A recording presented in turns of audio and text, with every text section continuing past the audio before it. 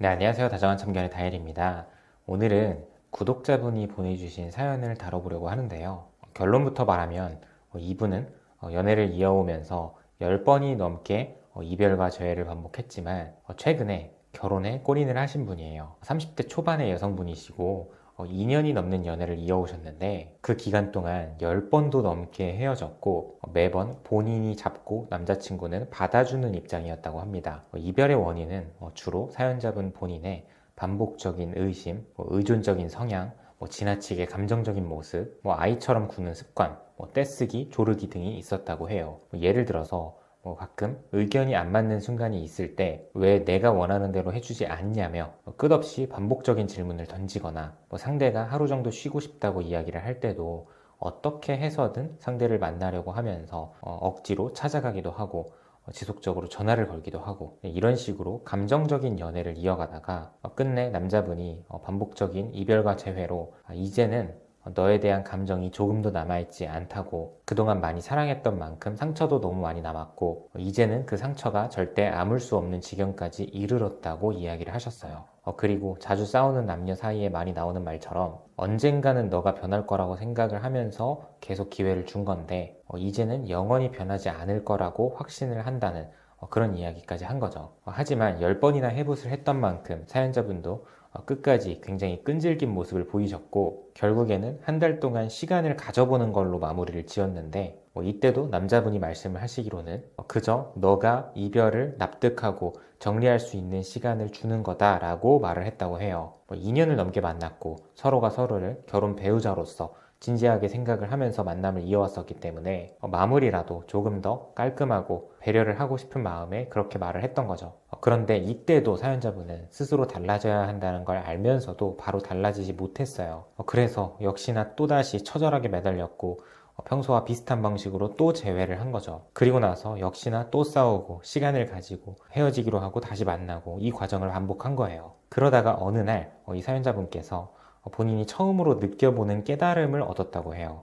이대로 가면 그냥 지금까지와 똑같은 모습이 무한적으로 반복될 뿐인 거구나. 그러다가 우리 둘 다 마음이 완전히 소진돼 버려서 자연스럽게 서로 각자 다른 사람을 만나게 되는 거구나 라는 걸 머릿속으로 깨달았다고 합니다. 그리고 항상 이런 식으로 지쳐있던 연애이다 보니까 남자분께서도 종종 시간을 갖자는 말을 했었는데 어느 순간부터는 남자분이 시간을 갖고 싶다고 하면 상대방이 원하는 만큼 충분히 시간을 줬다고 해요. 예전 같았으면 내가 정해놓은 기준 시간이 넘어가면 찾아가야 하고 전화를 해야 하고 상대방에게 억지를 부렸어야만 했는데 이제는 내 기준이 아니라 상대방의 기준에 맞춰보자. 정말로 이제는 상대방의 기준을 알아가보자 라는 생각을 하면서 점점 행동이 바뀌기 시작한 거예요. 그러다 보니까 언젠가부터는 상대방 쪽에서 오히려 먼저 빠르게 연락이 왔다고 해요. 그리고 그때부터 이거구나 라는 확신을 가지게 된 거죠. 결국에 내가 여유를 갖고 기다리면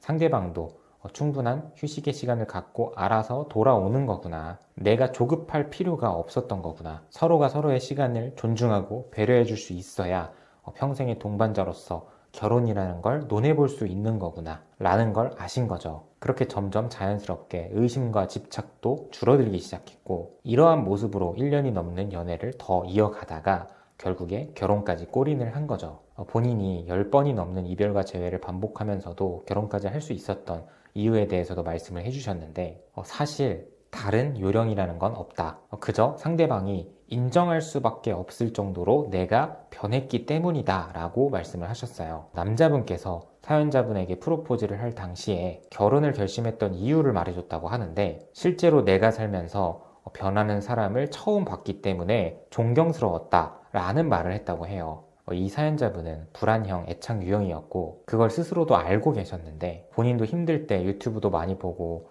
본인과 비슷한 사람이 많이 있다는 것도 알고 있어서 과거에 자신과 비슷한 상황에 놓여 있는 분들이 얼마나 힘들지도 잘 알고 있고 특히나 불안형은 이별이나 시간을 갖는 상황이 얼마나 미치도록 힘들고 미치도록 고통스러운지도 잘 알고 계시다고 해요. 그런데 여기서 중요한 건 그럴 때일수록 자기 자신과의 싸움에서 이겨내려고 하는 그 마인드 컨트롤이 너무 중요하다라고 이야기를 해주셨어요. 사실상 대부분의 상황이 상대방이 나를 직접적으로 불안하게 만들었다기보다는 나 스스로 불안이 커서 스스로 불안을 만들어내고 그 불안 안에 갇혀 있는 경우들이 대부분이다 보니까 사연자분은 이러한 부분에 대해서 객관적으로 판단을 하고 그동안 스스로 진실이 아니라 허상을 보고 있었다는 걸 깨우치기 위해서 불안형 심리를 다루는 책들도 많이 읽으셨다고 해요.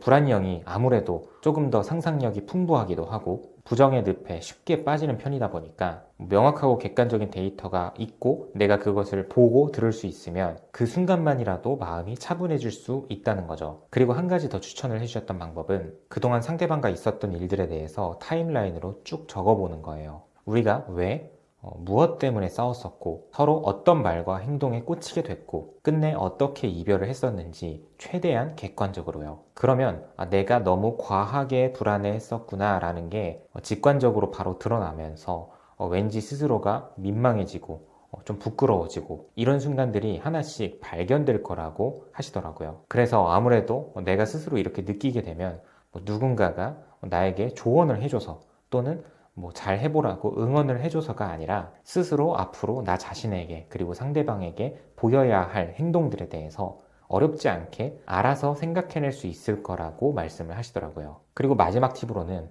재회는 사실 다른 게 없다. 그냥 무조건 상대방에게 내가 달라졌다는 걸 확실하게 인식시키기. 그리고 우리가 의견이 안 맞거나 서로의 소통 방식이 안 맞아서 서운해서 싸울 때 싸우더라도 내가 언제나 너의 편이라는 걸 지속적으로 알려주는 게 굉장히 중요하다고 이야기를 하시더라고요. 연인끼리는 다투는 와중이라도 나는 너의 편이다. 앞으로도 너의 편이 될 사람이다. 라는 말을 해주면 상대방이 나의 의도를 비꼬아서 듣지도 않을 것이고 그 순간 비교적 쉽게 마음이 풀릴 수 있다는 거예요. 무슨 말을 하든지 간에 나의 의도가 너의 편이 되어주고 싶다라는 것이기 때문에 혼자 있는 걸 훨씬 좋아하던 남자도 내가 없으면 점점 더 허전하고 외롭다고 느끼게 될 확률이 높아서 내가 진짜로 사랑받는 연애를 하고 싶다면 나부터 먼저 상대방의 편이 되어주려고 노력을 하면서 또 동시에 천천히 서서히 남자를 내 편으로 길들일 수 있어야 한다 라고 말씀을 전해주셨습니다. 오늘의 영상이 조금이라도 도움이 되셨기를 바랍니다. 네, 오늘도 영상 봐주셔서 감사하고요. 지금까지 다정한 참견의 다일이었습니다.